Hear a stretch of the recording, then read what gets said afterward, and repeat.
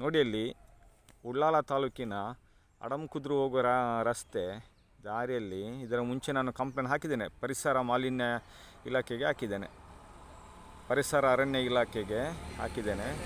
ನೋಡಿ ಎಲ್ಲೆಲ್ಲ ಮಣ್ಣು ಹಾಕಿದ್ರು ಕಾಂಡ್ಲ ಮರವನ್ನು ಒತ್ತಿಸಿದ್ದಾರೆ. ಇದರ ಬಗ್ಗೆ ರೀಸೆಂಟ್ಲಿ 10-15 ದಿನ ಮುಂಚೆ ಸಹ ಹೇಳಿದ್ದೇನೆ, ಪುನಃ ರೇಟಿಂಗಲ್ಲಿ ಕೊಟ್ಟಿದ್ದೇನೆ. ನೋಡಲಿ, ಇನ್ನೊಂದು ಕಾಂಡ್ಲ ಮರ ಸಾಯ್ತಾ ಇದೆ ನೋಡಿ. ಪುನಃ ಇಲ್ಲಿ ಮಣ್ಣನ್ನು ಹಾಕಿದ್ದಾರೆ ನೋಡಿ, ಇಲ್ಲಿ ಮಣ್ಣನ್ನು ಹಾಕಿದ್ದಾರೆ. ಇನ್ಸ್ಪೆಕ್ಷನ್ಗೆ ಬಂದಿದ್ದಾರೆ ಅಂತ ಹೇಳಿದ್ದಾರೆ. ಆದರೆ ಅಧಿಕಾರಿಗಳಿಗೆ ಎಷ್ಟು ಅಧಿಕಾರಿಗಳು ಹೇಳಿದರೆ ಇವರು ಮಣ್ಣನ್ನು ಹಾಕ್ತಾರೆ. ಅದಕ್ಕೆ ಅಧಿಕಾರಿಗಳಿಗೆ ಬೆಲೆ ಇಲ್ವಾ? ಈಗ ಬೆಲೆ ಕೊಡೋದಿಲ್ವಾ? ಅಧಿಕಾರಿಗಳಿಗೆ ವ್ಯಾಲ್ಯೂ ಇಲ್ವಾ? ಅಲ್ಲ, ಅಧಿಕಾರಿಗಳು ಇದಕ್ಕೆ ಸಪೋರ್ಟ್ ಇದ್ದಾರೆಯಾ?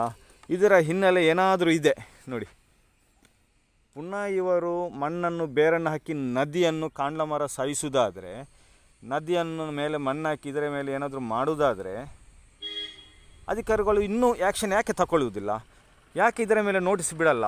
ಇಲ್ಲಿ ನೋಡಿ, ಫಾರೆಸ್ಟ್ ಅಂತ ಈ ಸೈಡಲ್ಲಿ ಹಾಕಿದ್ದಾರೆ, ಫಾರೆಸ್ಟ್ ಅಂತ ಬೋರ್ಡ್ ಹಾಕಿದ್ದಾರೆ.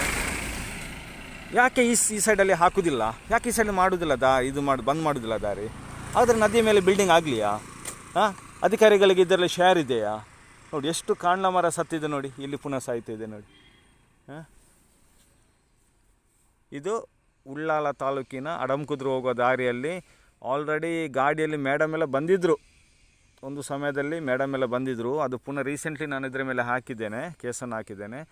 ಪುನಃ ಈ ಸೈಡೆಲ್ಲ ಇದೆ ಮರ, ಅರಣ್ಯ ಇಲಾಖೆ ಅಂತ ಹಾಕಿದ್ದಾರೆ ನೋಡಿ, ಅರಣ್ಯ. ಆದರೆ ಎಲ್ಲಿ ನೋಡಿ, ಯಾಕೆ ಪುನಃ ಅವರು ರಿಪಿಟೇಷನ್ ಮಾಡ್ತಾರೆ? ಯಾಕೆ ರಿಪೀಟ್ ಮಾಡ್ತಾರೆ? ಆದರೆ ಜನರು ಏನು ಮಾಡಿದ್ರೆ ಸರ್, ರಿಪೀಟ್ ಮಾಡಿದರೆ ಸಹ ಅದಕ್ಕೆ ಏನಾಗಲ್ಲ ಅಂತಾಯಿತು, ಅದು ಕಾನೂನು ಇಲ್ಲ ಅಂತಾಯಿತು ನನ್ನ ಲೆಕ್ಕದಲ್ಲಿ. ವ್ಯಾಲ್ಯೂ ಇಲ್ವಾ? ಅಧಿಕಾರಿಗಳಿಗೆ ವ್ಯಾಲ್ಯೂ ಇಲ್ವಾ? ನೋಡಿದ್ದು